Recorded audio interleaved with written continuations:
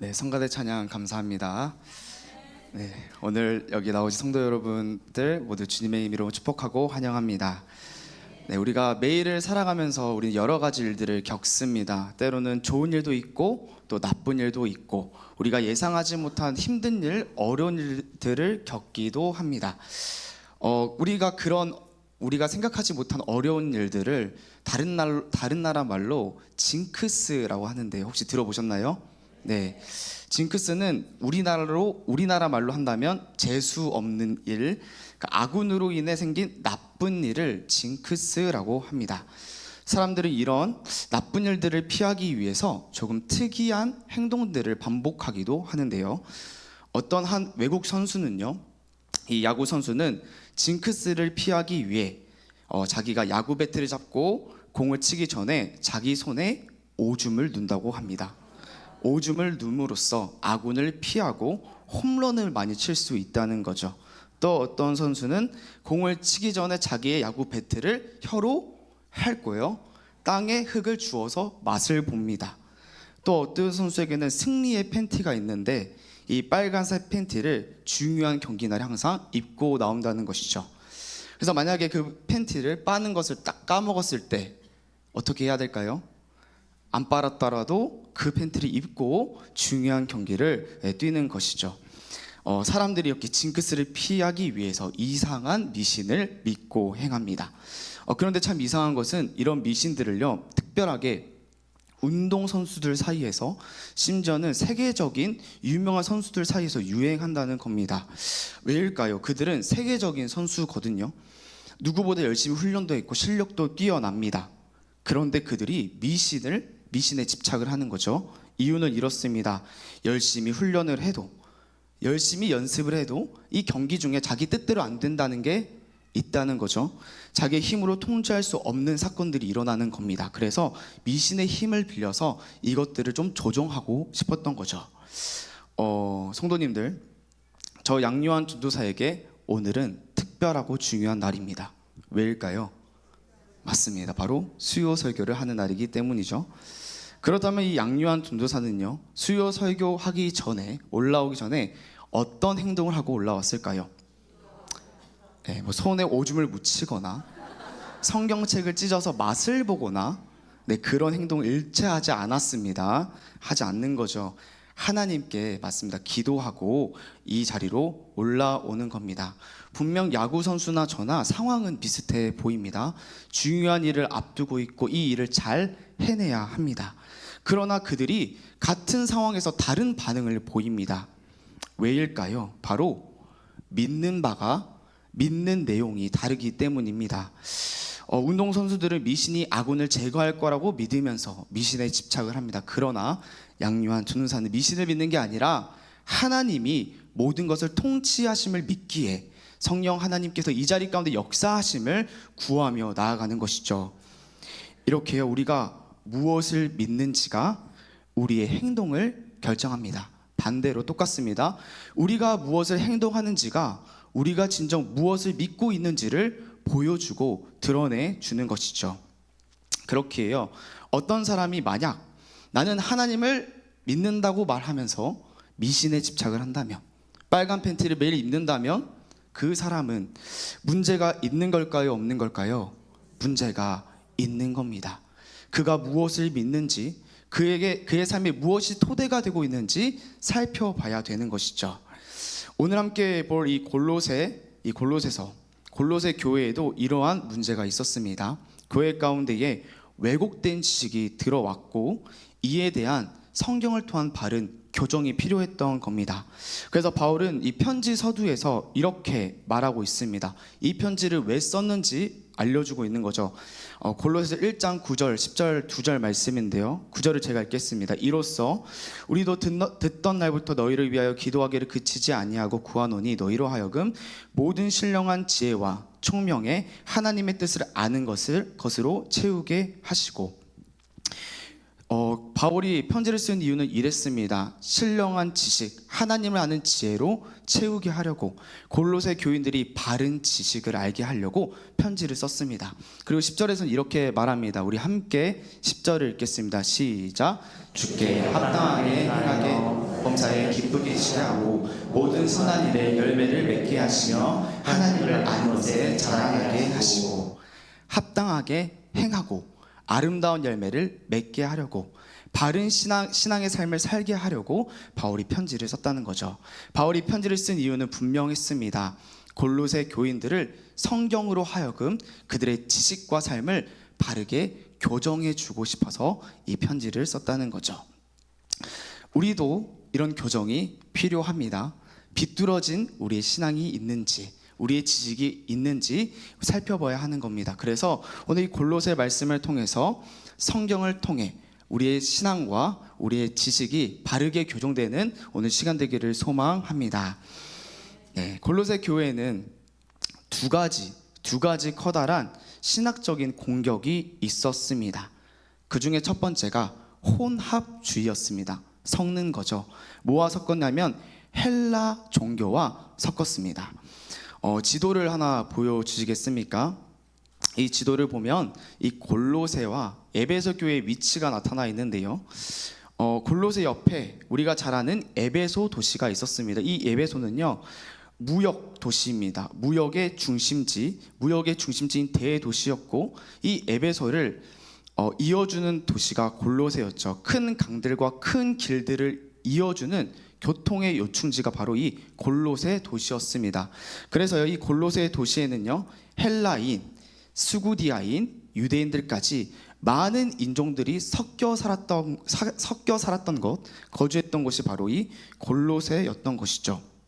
이렇게 많은 인종이 섞여 살고 있으니 자연스럽게 다양한 종교와 다양한 문화가 이 골로새에서 섞이고 공존하고 있었습니다.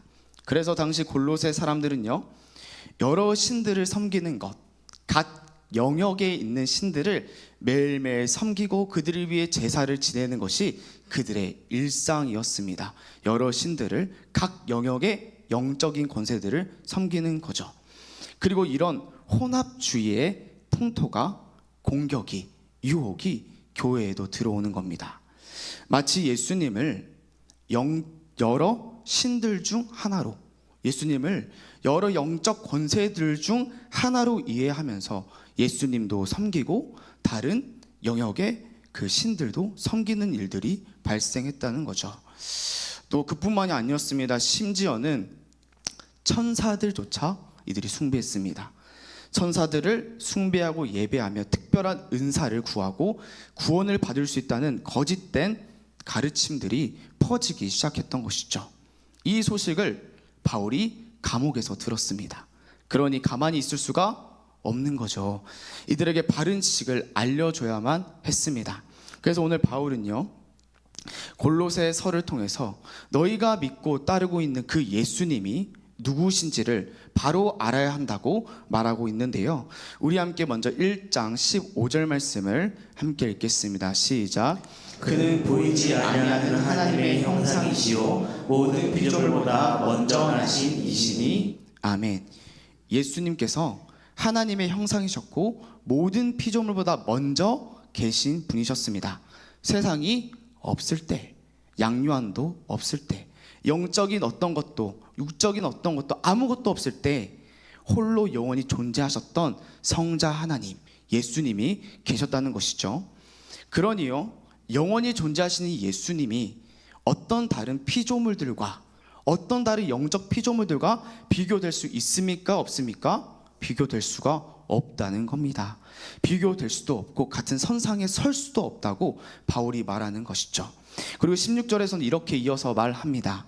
만물이 그에게서 창조되되 하늘과 땅에 보이는 것들과 보이지 않는 것들과 혹은 왕권들이나 주권들이나 통치자들이나 권세들이나 만물이 다 그로 말미암고 그를 위하여 창조되었고, 먼저 만물이 그에게서, 예수님에게서 창조되었습니다. 온 우주가 예수님으로부터 창조되었고 예수님을 위해서 존재한다는 겁니다.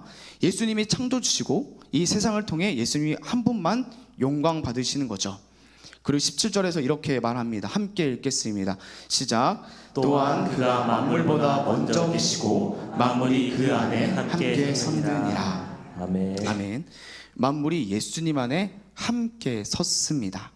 함께 섰다. 이걸 영어로는 이렇게 번역합니다. hold together. 예수님이 붙잡으셨습니다. 만물을 붙잡고 계셨습니다. 그러니까 오늘 세상이 존재하고 이 세상이 잘 돌아가는 것도 누가 붙들고 계시기 때문입니까? 예수님이 오늘도 붙드시기에 그 능력과 힘으로 만물이 지금도 존재한다는 거죠. 히브리서 1장 3절에서 그래서 이렇게 말합니다. 이는 하나님의 영광의 광채시요 그의 본체의 형상이시라. 그의 능력의 말씀으로 만물을 붙드시고 계신다고 말하고 있는 거죠.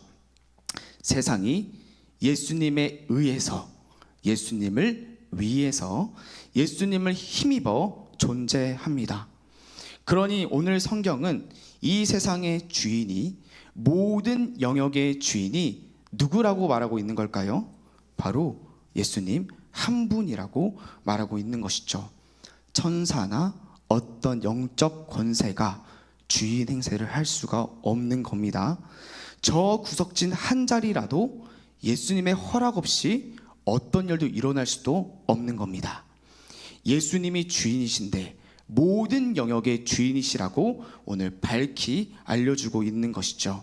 그러니요, 너무 명확해집니다. 너무 간단해지고 단순해지는 겁니다. 무엇이 단순해질까요? 우리가 누구를 섬겨야 하는지가 명확해지고 단순해지는 거죠. 바로 예수 그리스도 한 분만을 모든 영역에서 섬기기만 하면 된다는 겁니다. 성도님들, 예수님이 교회의 주인이십니다. 예수님만이 모든 영역의 주인이십니다. 이를 믿으십니까? 아멘입니다. 예수님이 주인이시고 예수님만 섬기면 된다는 그 사실을 기억하시기 바랍니다. 우리가 이 당연하고 단순한 사실을 기억해야 하는 이유는 오늘날에도 여전히 이런 혼합주의 공격이 우리들에게 찾아오기 때문입니다. 사탄은요, 똑똑할까요? 안 똑똑할까요? 네, 똑똑합니다. 영리합니다. 우리에게 예수님을 섬기지 말라고 막지 않습니다. 오히려 섬겨도 된다고 말하는 거죠. 그런데요, 조금 비틀어서 말합니다. 예수님 섬겨도 되는데 예수님도 섬기고 다른 것도 섬겨도 된다고 말하는 거죠. 제가 중학교 2학년 때 다리에 이 병이 생겨서 병이 생겨서 고관절에 썩어서 5년 동안 휠체어와 목발을 사용했던 적이 있었습니다. 그러니 저를 위해 정말로 많은 분들이 걱정해 주시고 열심히 기도도 해 주셨습니다. 어느 날 저를 위해 열심히 기도해 주셨던 한 권사님이 제 아버지께 찾아와서 이렇게 말씀하시는 겁니다. 목사님, 제 아버지가 목사님이셨거든요. 목사님, 양 목사님, 제가 요한이를 위해 기도하는데요, 자꾸 마음에 걸리는 게 하나 있어요. 혹시 목사님 가족 묘 중에 벌초하지 않은 데가 있지 않으신가요? 벌초를 안 해서 요한이가 병이 든 것 같아요. 벌초를 하지 않아서 벌을 받은 것 같다고, 당장 벌초하러 가셔야 한다고 말씀을 하시는 겁니다. 이 말을 듣고 양 목사님께서 벌초하러 가셨을까요? 안 가셨을까요? 네, 당연하게도 가시지 않았습니다. 권사님이셨습니다. 신앙생활 40년 이상입니다. 그러나 문제가 닥치자 해결되지 않는 문제 앞에서 우리가 다른 영적인 힘을 빌리고자 하는, 다른 영적인 것들을 붙들고자 하는 그 유혹이 찾아오는 겁니다. 이것이 비단 권사님만의 문제가 아닙니다. 성도이지만 혹시 모르니 손 없는 날에 이사를 하고 오늘의 운세, 용한 무당의 점괘를 한 번쯤 참고해봐도 괜찮지 않을까, 내 사주팔자 한 번은 알아봐도 괜찮지 않을까 하라는 그런 유혹들이, 영적 권세들을 겸하여 섬기고자 하는 유혹이 우리들에게 찾아온다는 겁니다. 비단 이것은 종교적인 형태를 띠지만은 않습니다. 세상에서 잘 먹히는 것이 있죠. 돈, 학력, 외모, 세상에서 영향력을 행사하는 이런 거짓 권세를 의지하고자 하는 그런 유혹들이 우리들에게 찾아온다는 거죠. 사탄은 함께 섬길 수 있다고 유혹합니다. 그리고 겸해서 섬기도록 하는 겁니다. 그렇다면 우리가 그것을 겸하여 섬겼을 때요, 어떤 일이 펼쳐질까요? 사람들은 처음에 내가 그것들을 이용한다고 합니다. 운세를, 외모, 돈, 것들을 이용하고 사용한다고 생각합니다. 그리고 통제한다 생각하죠. 어떤 미신을 통해서 아군을 막아내고 운세로 내 앞길을 대비하고 내 외모를 성형으로 바꿔서 더 좋은 짝을 만나고 내가 사용해서 내가 그것을 이용한다고 생각합니다. 그런데 참 재미있는 것은 얼마 지나지 않아서 우리는 무엇을 발견하게 될까요? 주객이 전도됨을 발견합니다. 처음에 내가 사용하고 이용하고 있다고 생각했던 그것이 미신이 나를 지배하기 시작하는 거죠. 운동선수가 미신적인 행동을 했습니다. 그리고 그날 경기에서 졌습니다. 그러면 그 운동선수가 미신적인 행동을 그만둘까요? 아닙니다. 또 다른 미신을 만들어서 2개를 한 번에 하는 겁니다. 또 지면 또 다른 미신을 만들어서 3개를 한 번에 하는 겁니다. 어떤 운동선수는 질 때마다 만들어서 10개 넘게 한다고 합니다. 이렇게 미신이 지배하는 거죠. 운세 하나로 나의 하루의 기분이 좌우되고요, 잦은 성형으로 코가 무너지고요, 눈이 감기지 않아도 이 성형을 멈추지 못하는 지경에 이르게 되는 겁니다. 주객이 전도되고 내가 사용한다 생각했던 그것이 나의 주인 행세를 하면서 내 인생을 지배하고 주도하는 모습을 우리가 발견하게 되는 것이죠. 사탄은 이것을 노리는 겁니다. 우리의 참 주인이신 그리스도를 섬겨야 할 우리의 시간과 힘과 소중한 인생을 허비하고 낭비하도록 하는 것이죠. 그래서요, 이 혼합주의, 겸하여 섬기는 것은 마치 이런 행동과 같습니다. 잠시 생각해 보면서 제가 이런 모습이 떠올랐습니다. 성도님도 혹시 개 목줄 아시죠? 네, 상체갈 때 쓰는 목줄 아시죠? 그 목줄을 내 목에 걸어서 내어주는 겁니다. 나를 지배할 수 있는 그 목줄을 내 목에 정성스럽게 걸어서 내 미신에게, 돈에게, 그 거짓 영적 권세에게 나를 지배할 수 있는 그 권한을 넘겨주는 것이지요. 그래서 내 인생이 그 거짓 권세들의 지배와 그것들로 가득 차게 되는 겁니다. 그래서 바울이 오늘 교회를 향해, 또 우리를 향해 이렇게 단호히 말하고 있습니다. 골로새서 2장 21절 22절 말씀인데요, 우리가 함께 읽겠습니다. 시작. 곧 붙잡지도 말고 맛보지도 말고 만지지도 말라 하는 것이니 이 모든 것은 한때 쓰이고는 없어지리라. 사람의 명령과 가르침을 따르느냐. 아멘. 바울이 단호히 말합니다. 붙잡지도 말고 맛보지도 말고 만지지도 말라고 하는 겁니다. 거짓 권세들로부터 단호히 끊어지라고 말하는 것이죠. 성도 여러분, 겸하여 섬길 수 있다는 그 유혹으로부터 단호히 끊어지기 바랍니다. 거짓 권세에게 내어주었던 나의 목줄을 끊어내시기 바랍니다. 우리의 힘과 우리의 시간, 우리의 인생 얼마나 소중하고 아깝습니까? 이것을 거짓 주인을 섬기는 데가 아니라 오직 참 주인이신 예수님께만 사용하시는, 예수님께 우리 인생을 올인하시는 우리 모든 성도님들 되시기를 소망합니다. 네, 2번째로 골로새 교회에는 이 혼합주의도 굉장했는데 또 다른 공격이 있었습니다. 바로 율법주의의 공격이었습니다.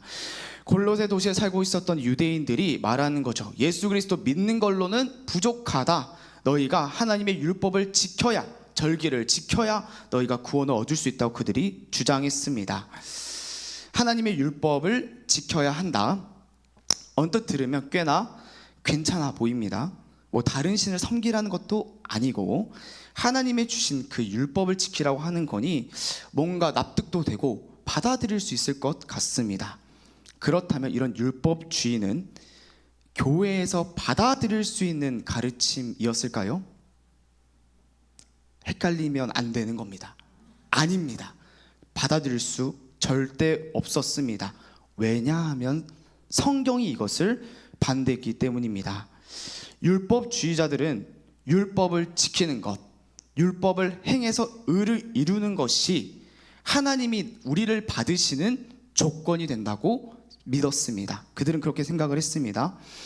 그러나 성경은 다르게 말합니다. 타락한 이후에 율법이 우리에게 무엇을 보여줍니까? 우리가 죄인임을 보여줍니다. 죄를 사랑해서 달려가는 우리들이 의를 이룰 수 없다는 것, 우리가 하나님 편이 아니라 하나님의 원수이고 대적이라는 사실을 이 율법이 보여줍니다. 그래서 로마서 3장 20절 이렇게 말합니다. 율법의 행위로 그의 앞에 의롭다 하심을 얻는 육체가 없나니 율법으로는 죄를 깨달음이니라. 아멘. 죄를 사랑하고 그것을 향해 달려가는 우리들에게 의를 행하는 것은 불가능한 일이라는 것이죠.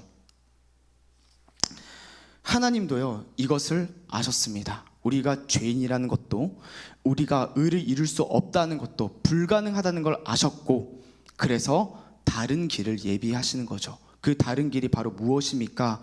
예수 그리스도를 믿으면 구원받는다는 복음인 겁니다. 예수님께서 이 땅에 오십니다. 우리가 받아야 할 율법의 저주를 받으십니다. 이 땅에서 율법의 모든 의를 완성하십니다. 그래서 이제 예수 그리스도를 믿는 자들, 그 안에 거하는 자들이 예수님 안에서 죄의 사함을 받고 예수님 안에서 의로 옷을 입게 되는 겁니다. 율법이 아니라 율법을 완성하신 예수님 안에서 우리가 하나님 편에 설 수 있게 되었다는 것이죠. 이것을 골로새 교회가 바로 알아야 했습니다. 그래서 2장 16절 17절에서 이렇게 말합니다. 우리 함께 읽겠습니다. 시작. 그러므로 먹고 마시는 것과 절기나 월삭 안식일을 인하여 누구든지 너희를 비판하지 못하게 하라. 이것들은 장래일의 그림자이나 몸은 그리스도의 것이니라. 아멘. 바울이 말합니다. 율법은 그림자고 그리스도가 몸이다, 실체라고 말하는 것이죠. 다른 말로 갈라디아에서는 이렇게 말했습니다. 율법이 초등교사이고 이 율법이 그리스도를 바라보게 한다고 바울은 말했습니다. 동물의 피가요, 죄를 완전히 없앨 수 없었습니다. 구약에 있었던 정결하게 하는 그 물도 우리를 깨끗하게 만들 수 없었습니다. 율법도 우리가 의를 이룰 수 없는 비참한 사실을 깨닫게 할 뿐입니다. 그러니 결국 율법이 우리가 누구를 향하게 만드는 겁니까? 우리가 예수 그리스도를 향하게 만드는 겁니다. 이것들을 이루시고 우리를 살리실 예수 그리스도 한 분만을 바라보고 붙잡게 만드는 것이 바로 그림자였던 율법의 역할이었다는 것이죠. 그러니 우리들이요, 이 그림자인 율법을 붙드는 것이 아니라 몸이신 예수님만, 실체만 붙들면 된다고 바울이 말해주고 있는 겁니다.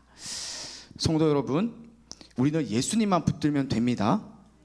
아멘입니다. 그런데 이런 성경의 분명한 가르침에도 불구하고요, 오늘날에도 율법주의의 공격이 있습니다.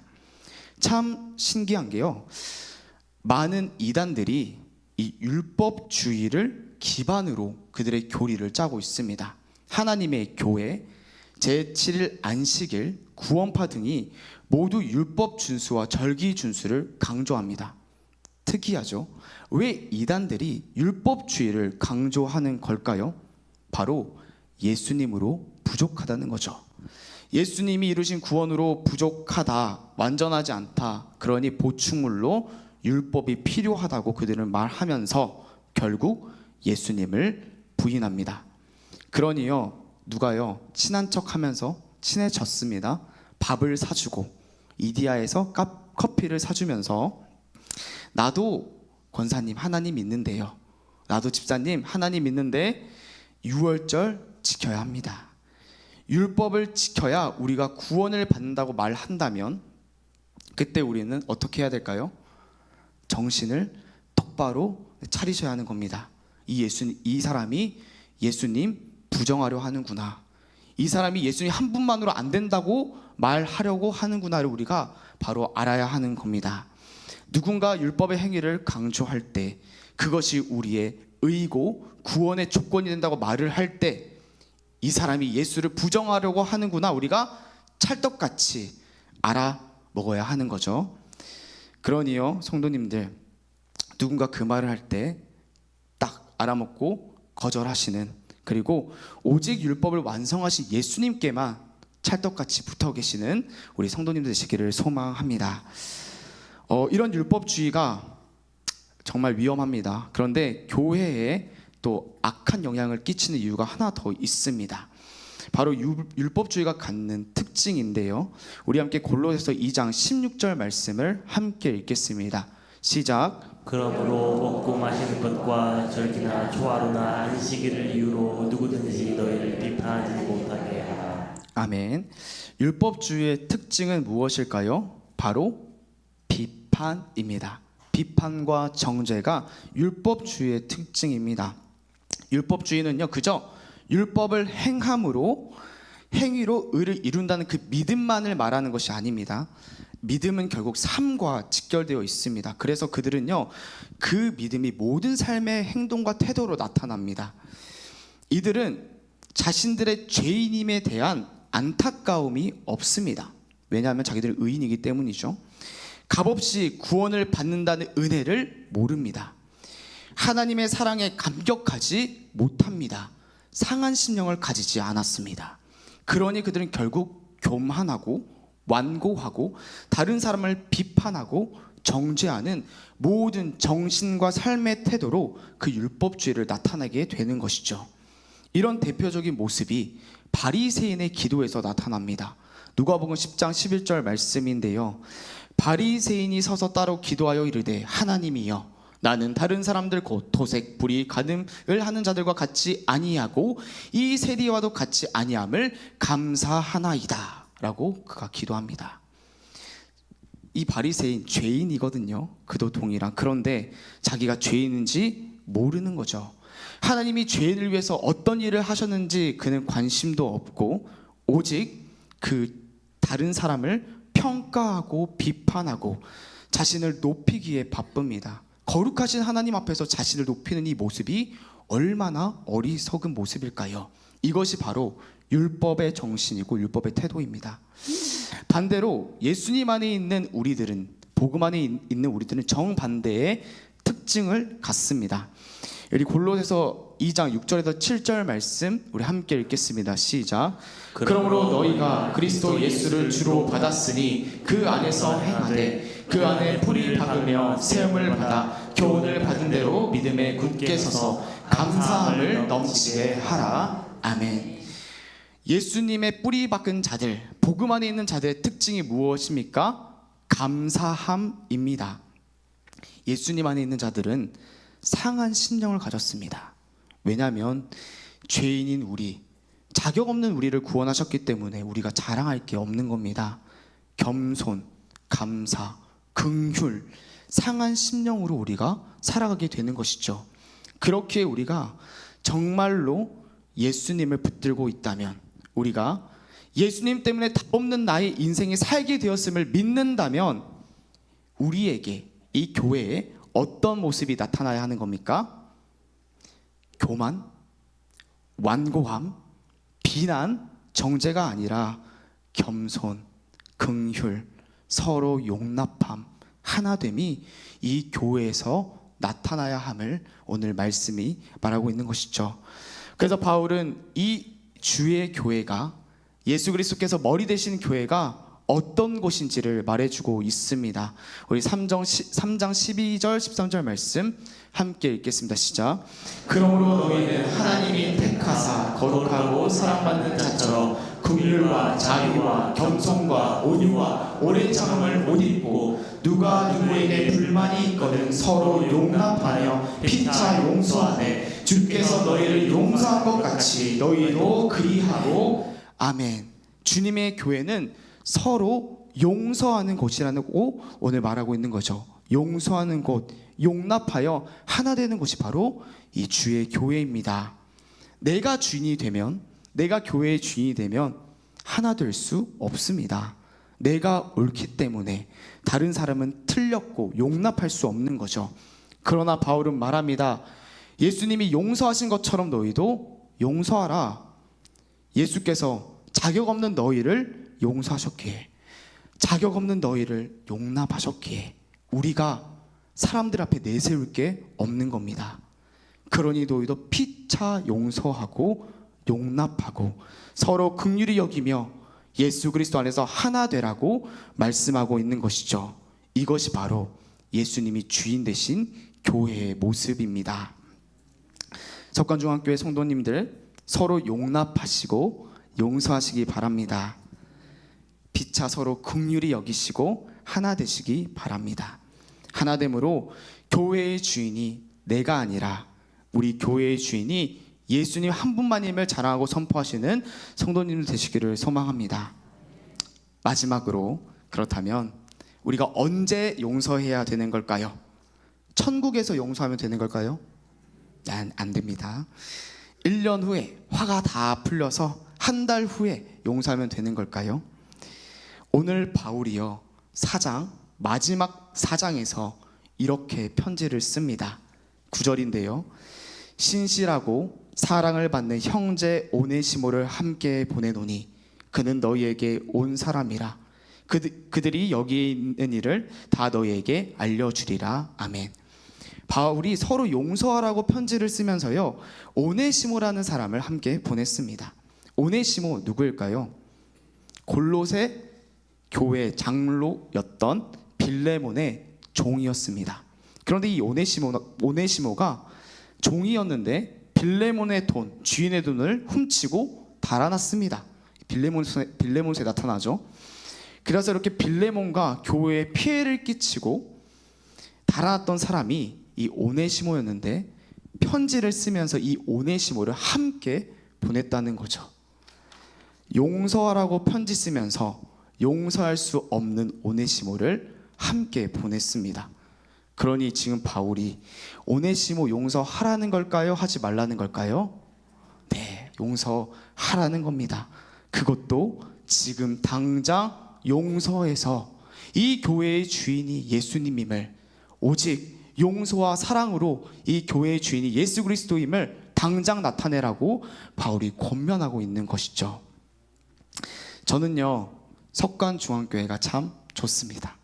성도님들 좋으십니까? 네, 전 정말 좋은데요, 우리 집사님, 권사님, 모든 성도님들 정도 많으시고 사랑도 넘치시고 좋습니다.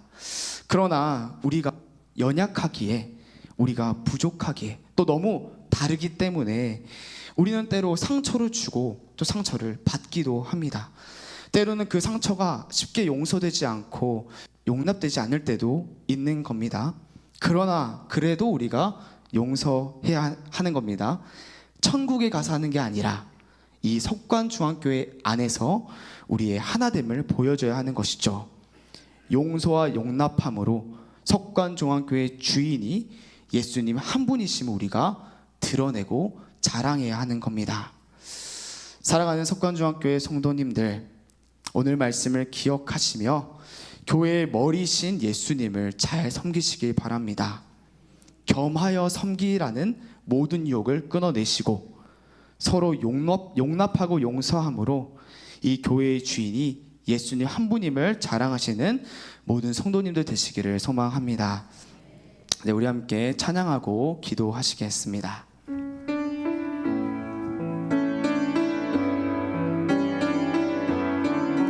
우리 함께 교회여 일어나라 찬양하시면서 우리의 온전히 주인 되시는 예수님 함께 고백하며 나아가겠습니다. 교회여 일어나라, 교회여 일어나라, 주께서 부르시니 두려움과 실패 내려놓고 교회여 일어나라, 교회여 일어나라, 주께서 보내시니 우릴 부르신 삶의 자리에서 교회여 일어나라. 우린 세상의 빛 밝히는 하나님의 편지, 우리 교회를 통해 세상이 주를 버리라. 일어나라,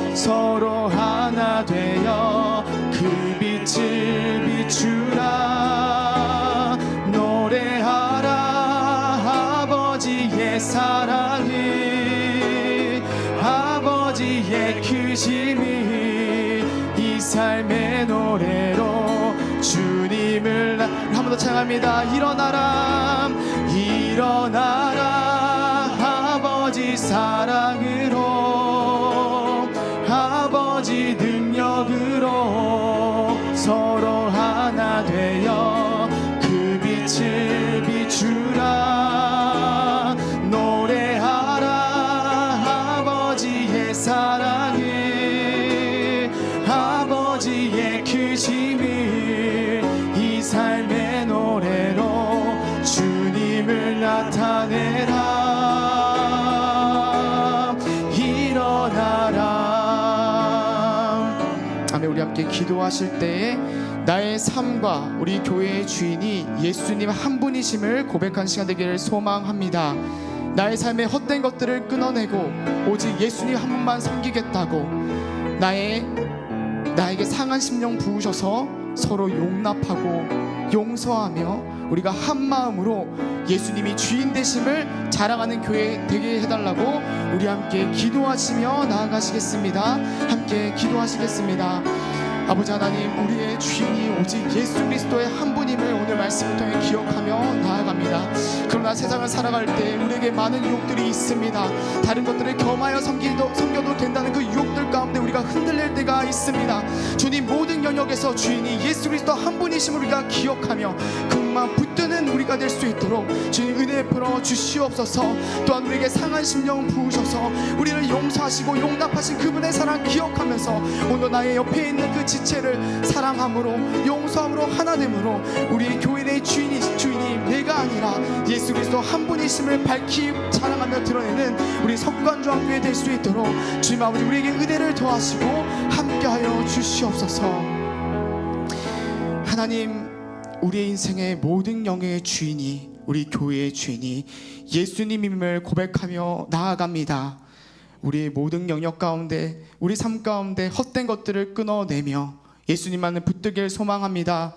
또한 우리의 마음에 주님 사랑하는 마음 또한 겸손한 마음 더욱 부어주셔서 서로 용납하고 하나됨으로 이 석관중앙교회의 주인이 오직 예수님 한 분만을 드러내고 자랑하는 우리 교회 될 수 있도록 하나님 은혜 베풀어 주시옵소서.